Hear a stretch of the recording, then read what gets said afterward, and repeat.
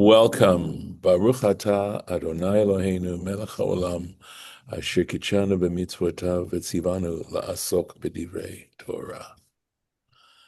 And I'm Man, hoping this is going to work. oh, Let's see. more maps. Yes, more maps. Let's Good. I see like here. maps.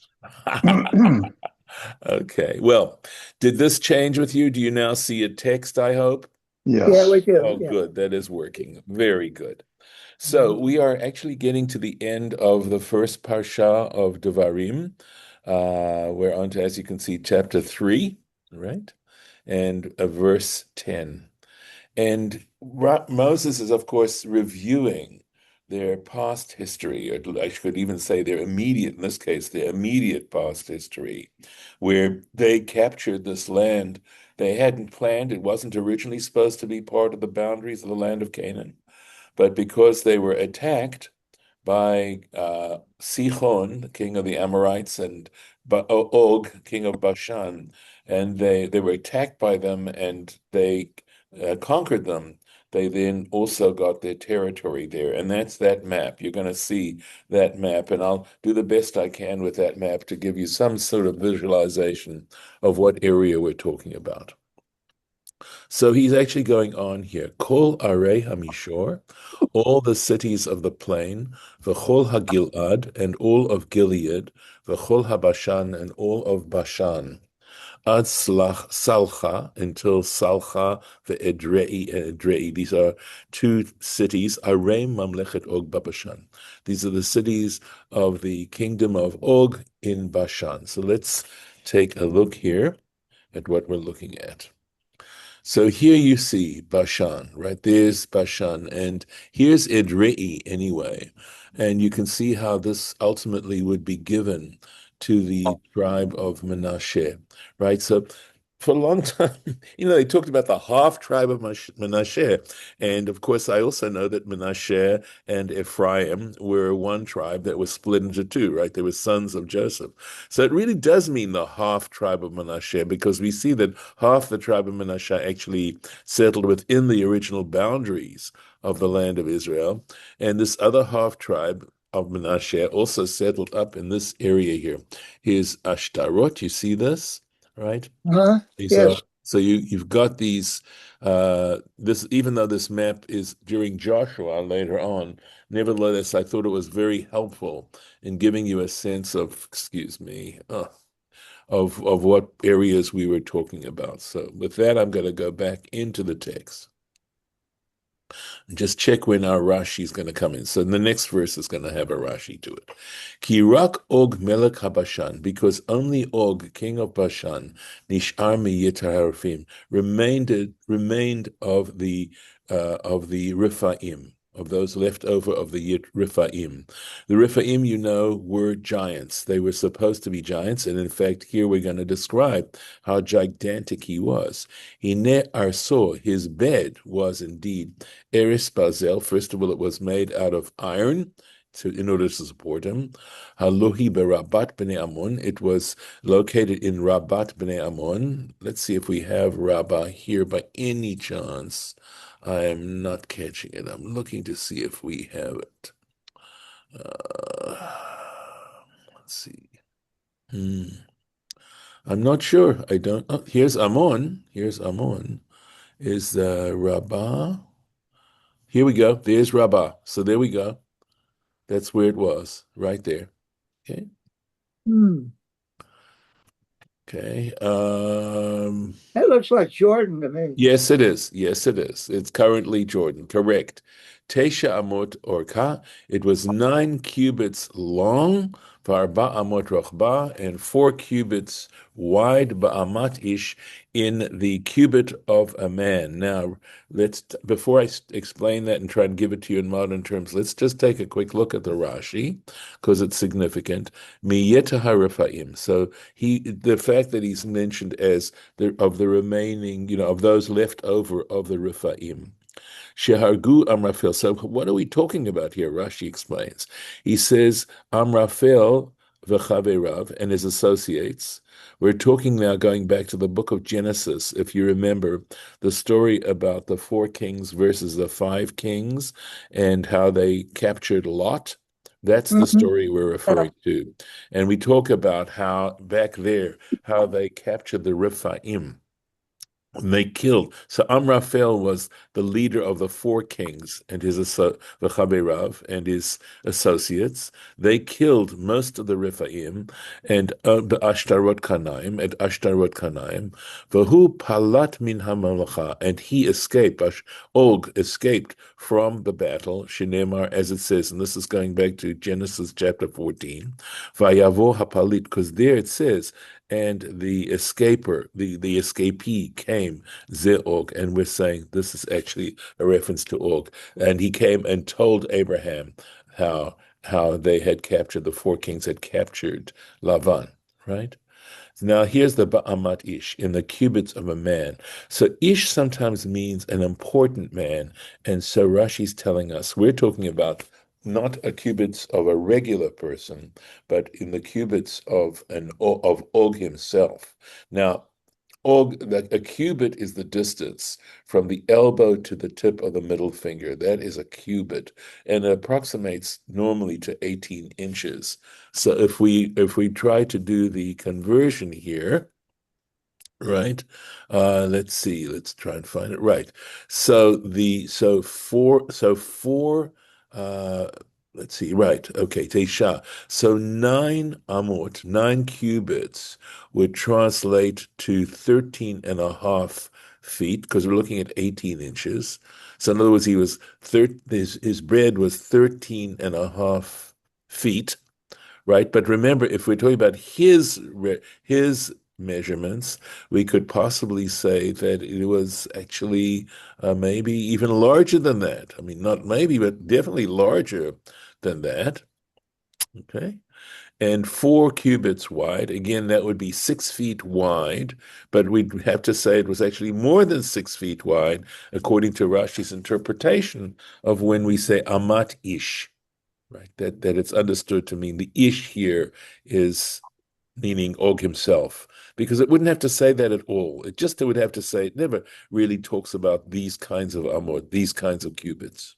Okay, so again, seeking literary significance here, etc. We're talking about someone who is a giant, and I think, of course, on a superficial level, we're talking about the degree to which strength ultimately comes from the divine, that there is no Um, human strength that can overcome ultimately divine strength. And that's um, simply on it. Harlan, did you want to say something? No, no. Judith, Okay, who Judith, is it? Who? Judith, Oh, Judith. I'm Judith. sorry, Judith. Yes, Judith. Um, what strikes me on this is about translation Yes, without commentary, yes. because just listening to I would say, oh, this is a giant, and we're Hmm. going to put this in human terms, Yes. and that it was this big, but it would be using the measurements of a man, not the measurements of a giant. Hmm. So the fact that but what how you are understanding this is exactly opposite to what I would have understood just reading the Right. English. Yes. And this is Yes. one of the problems of translations Right. Of course. And or this is and reading without commentary. But right. yes. Which goes back to the very reason that my understanding as to why did Rashi do what he did, right? We go back to that very fundamental question. Why did Rashi go to the extent that he did? It wasn't because he was paid for it, okay? I believe that what happened was he was living in France and there were missionaries, and these missionaries were familiar with the Bible, and they had their own Christological interpretation of these biblical words. And if Jews were ignorant of their own traditions, they would be they could be easily converted. And I think Rashi was concerned about that. Now, this is pure speculation on my part, but I think he felt it was so important because the truth is that in terms of the actual sources themselves, they require great study. You have to go to an academy. You have to study very hard in order to really be able to, understand. And so what Rashi did was to take his encyclopedic knowledge and just put it into words that basically someone who had a very basic understanding of the tradition and of Hebrew, etc., could handle it. I mean, what a remarkable, remarkable job he did to make sure that precisely what you're saying didn't happen. I mean, this is a fairly benign, I would say, misinterpretation. But for us to be able to understand it in the light of our own tradition, because as I've said before, and I'm sure there are wise people, much wiser people who said it before me, facts are facts. Interpretation of facts is reality. How you choose to interpret the experiences and phenomena that you meet has to do with what is reality for you. So the reality of the Torah, Rashi is trying to present to us, and he didn't stop there. He went beyond that to go to the Talmud, which is, again, just when you think about it, is absolutely remarkable that basically one person did so much work, and he had a day job. So incredible. Going on with defining the borders, the land, this area. Ve'et haaretz hazot, right? And this land, yarashnu ba'et hahi, we inherited it at that particular time. Me Aroer, from Aroer, asher al Nachal Arnon, which is near the river Arnon, or the Wadi Arnon, v'chatzi har HaGilad, and half of Mount Gilead, v'arav, and its cities, natati l'Reuveni Gadi, I gave to the tribes of Reuben and Gad. And here's again where this map is so helpful. So here we're talking about it. Here's the Arnon down here. Look at it. The print sadly is somewhat small, but you can see Arnon, right? So from here, Reuben, Gad, and here's Gad, this whole area here, up to here. There's Edrei. Okay. Again, you see it's all to the east of the Jordan River. Here's the Jordan River. Here's the Kinneret, right? The Sea of Galilee. You can see that it's sort of shaped like a harp, and that's why it's called Kinneret. The word Kinneret means, I think, little harp. Going on. Let's see. I think we have a Rashi on this. Let's see. Yes. Ve'etarazot yarashnu ba'etahi, and that land we inherited at that particular time. Ha'umura lemala, that is referring to the area described above. Minachal Arnon, from the river Arnon va'ad har Hermon, and to Mount Hermon. Let me go back to the map again.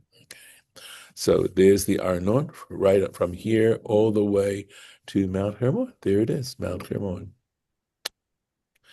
So it's what he's describing. Let's see. Okay. Eino mechubar lerosho shel mikra. He says it doesn't, this particular section is not talking about the very first part, right? Because if you look at it, right, it talks here about this part here. I think he was talking about giving it to the Reubens and the Gadites. He didn't give all that part, right? He just gave that last part. Let me go back into the map and show you. Look, it just described this whole area here and there and up to here. And what Rashi's concerned about is he talks about how he gave it to Reuben and Gad, but the truth is he didn't give this area. This area went to Manasseh. And that's what he's clarifying. He doesn't want us to think that the sentence where he talks about this whole area refers also to that Gad or Reuben and Gad got this area as well. That's what he's saying in this sentence. Yep. Okay. Let's make sure I have everything taken care of. Right. Let me see. Yes. Ella lesofo, right? This area that he's talking about only refers to the very last part of the sentence. I'll quote Natati Reuven, that I gave to Reuven and Gad aval le'inyan Yerusha, but regarding the area that got inherited, ad Har Chemonai. That actually went up all the way up to Har Chemon, to Mount Hermon. The Yeter Gilad, and the remaining areas of Gilead, V'chol Bashan, Mamlechet Og, and all the Bashan area, that was the kingdom of Og, Natete Lachitzir Shevet HaMasha. There we go, Menashe. That I gave to the half of the tribe of Manasseh, Kol Chevel Haragov, all the area of Argov, L'chol Bashan, to all the Bashan, Hahu Yikarei Eretz Rephaim. This area was known as, in other times, as the land of Rephaim. So we're talking, I believe here, he's talking about this whole area here. Right, this is all area that belonged to the earlier times, the Rephaim. Let's go on. I think let's see, here we go. Ahu Yikra Eretz Rephaim. This is called Eretz Yikare. It is called, it's in passive form. It is called the land of the Rephaim. He Ota Shinatati Avraham. That is that area that I gave to Abraham. So really and truly, it all initially was given. Remember, because the four kings destroyed the people, the Rephaim, and then Abraham conquered the four kings. So it would have gone to Abraham. Okay, go on. Yair ben Menashe, Yair son of Menashe, lakach et kol chevel Argov. He took the whole area of Argov. Let's just see if I can find it. It's hard to find. Sometimes the print is so small that it's hard to find Argov. I'm looking. I might have found it at one point. I'm sorry, I'm just going slowly over this. But if it was son of Manasseh, it would have to have been this area here that we're talking about, right there. I'm gonna guess, right? It says, Yair son of Manasseh. So that's right. Okay, let's go on. Ad gvul hageshuri v'amakati, up until the border of the Geshurites and the Makatites. Vayikra otam, and he called this area that he captured, whatever, right? Al Shmo, according to his name, et Bashan Chavot Yair. So he called that area called Bashan. He called it Chavot Yair. I think in this case, let's take a look. Looking at Kafrane Yair. So maybe the inhabitations, something like that. Kfar village, maybe villages of Yair, to up until this day. Right, that's at least as of the writing of this, that's when it would have been. Okay, so going on. Ulemachir natati et Gilead, and to Machir, right, I gave Gilead. So here we're talking about Yair and we're talking about Machir, right? Vilar Uveini Vilagadi, and to the Reubenites and the Gadites, Natati min ha-Gilad v'ad Nachal Arnon. I gave from Gilead to the river or the Wadi of Arnon, Toch Nachal, including the Wadi itself, Ugvul and its border, v'ad Jabbok HaNachal, and to the river of Jabbok, Gvul b'nei Ammon, which was the border of the Ammonites. So here's the Jabbok here. Here's this is the other wadi here. Okay, let's see here. Yep. Right, all the way down to here. This is the Arnon right here. See, this is Ammon River. Let's see. It's interesting. No, it is Arnon. Sorry. It's just the print is so small. It's hard to see it. Right. So that's what we're talking about here. Let me just make it larger as I can. See what I can do. Sometimes I can, sometimes I can't. All right. Just wanted you to have a good sense of what we're talking about. And of course, the Ammonites are below that. I think there's a Rashi on it. Yes, Toch HaNachal, right, within the wadi and its border. Kol HaNachal, that is to say, the entire wadi, Va'ad Ma'avar, and also the other side of it, Lisvato, to its mouth. Klomar, that is to say, Ad Va'ad Bichlal. In other words, when you say up to, it means including what it was up to. V'yoter mikan, and not only that, a little bit more from this particular point. All right. V'ha'arava v'hayarden ugvul mikineret. So, and the Arava and the Jordan and the border from Kinneret. The border, I think it means the referring here to Ugvul, comma, mikineret v'ad yam ha'arava, from the Kinneret to the sea of the Arava, Yam HaMelech. It's also known as the Dead Sea, the Sea of Salt, the Salt Sea, Tachat Ashdot HaPiska Mizracha, and under the Ashdot, these are Pisgah, these are mountain ranges, Mizracha, eastward. Again, let's take a look at this here. So, of course, here we have, so we're talking about from the border of the Kinneret, right here, all the way down to here. Here's Mount Pisgah, right there. And by the way, look at that Mount Navor is there too, right, up to there. So, and eastward, this is going east. Okay. Just make sure I'm not leaving out any Rashis. No, I think we got everything. No. Okay, here we go. Mikineret ma'av. Okay, so he says from the Kinneret, me'ever hayarden, right, and from the side of from across the Jordan Hamaravi, which would be on the western side. It was v'nachalat b'nei Gad, and as for the inheritance, the portion of the children of God, me'ever hayarden hamizrachi, that would have been on the side of the Jordan that was on the east side. V'nafal b'guralam, and this fell within their allotment. Rochav hayarden, I think it really is the length of the Jordan, although Rochav usually means width, right? Kenegdam, or maybe not.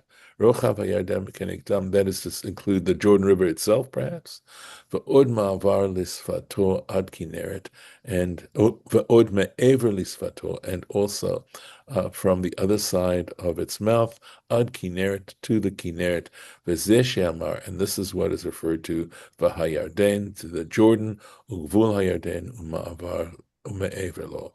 That is the border of the Jordan and also its other side, I believe. Let's take a look at how this worked. So here is the Jordan. They're saying here that it was that Issachar, these other tribes were on the other side of the Jordan. Maybe that is what Rashi means here. Okay, but these are the border. These green lines are the actual borders of the tribes. So something that could use clarification. Now, of course, this map is Joshua under Joshua, but I'm going to guess that it's pretty accurate as far as what's being described in Deuteronomy here. Okay. Going on.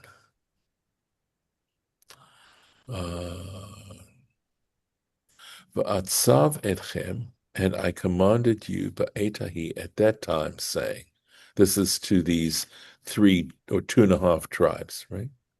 Adonai Elohim natan lachem et haaretz azot. The Lord your God is giving you this land, this area, lerishta, as an inheritance. So the fact that it's saying that it's coming from God means that, of course, that's what would give it its legitimacy. But there's a price for this, because they got this before any of the other people had actually gone in, any of the other tribes had actually gone in to conquer the Canaanites. They still have battle facing them. Here, these people now could settle here and no longer have any battles, right? So he says, chalutzim ta'avru lifnei achechem, you shall pass over as shock troops. In other words, chalutz also means ahead of everyone. Rashi is going to explain, before your brothers, Bnei Israel, the children of Israel, kol Bnei Chayil, in other words, all of you who are men of valor. Let's take a look here. So, right. Va'atzav etchem, I commanded you. That is, livnei Reuven v'Gad hayam medaber. He was talking to the children of God and to Reuven. I would say he was also, he maybe the reason it doesn't meet Manasseh, because remember the other half tribe of Manasseh, the other half of the tribe still had to go ahead and conquer. So maybe that's the reason why it's Rashi saying specifically to the children of Reuven and Gad. Lifnei achechem, before your brothers, hem hayu holchim lifnei Israel. They were to go ahead of the Israelites, lemilchama, into battle, lefi shayu giburim, and the reason is they were in fact mighty. They were valorous. Ve'oivim noflim lifneihem, and the enemies would fall before them, as it says elsewhere in Deuteronomy 33. Ve'taraf zor. This must be in the blessing that Moses gives to the children of Israel right before his leaving this world, the taraf zroa afkodkod, and rips the arm up to even the head. And that's the Rashi on this particular parsha. So this is a good, let's stop that here, and I will put in a marking for us so that we know where to begin next time.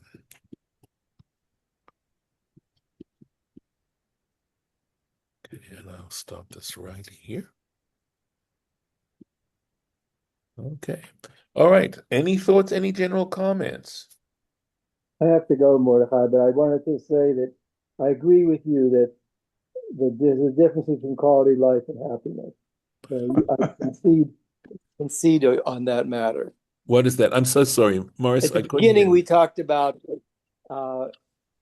happiness. Are we happier today than in the past? Ah. And I addressed the issue of quality of life. Ah, yes. And your point is happiness. Right. So I just contentment. Yes. I gotta go. Thanks, Morris, and thanks. Okay. Take care. Yes. Okay. Mead? Well, I looked up the map that Rashi developed of the world during the end of Numbers. I don't know if you've seen that map. He did a hand-drawn map, which has been preserved. Oh, wow. It's in Britain. Thank you. I have it on my iPad. Okay. I'm going to see if I can save it as a JPEG. You know something? Make it available. I know. I've done a Yeah. screenshot, Judith. That is a very good idea. The other alternative is to see if you can print it, and instead of printing it, you have an alternative to save it as a PDF. Well, that's even better than a screenshot. Well, yeah. Well, the issue is I've got it sitting on my iPad, which limits a little bit what I can do in terms of manipulating it. But okay, well, you'll see. Try. I'd love to see it. I would love to see it. I'm going to work on it. And it has been preserved. And, you look at this with his geographic description of what's going on in Devarim. Yes. And he was clearly obsessed with the need to give a structural representation of what was going on with the tribes and the land. So I'll see if I can put that together for you. So that's, again, something that we covered last week or the week before in chapters 33 and 34 of Numbers. Right. So I'll see if I can put that together for you. So it kind of continues into Devarim. That's wonderful. Great. Okay. Yes. All right. So thank you. I'm looking at stuff on the side. Okay.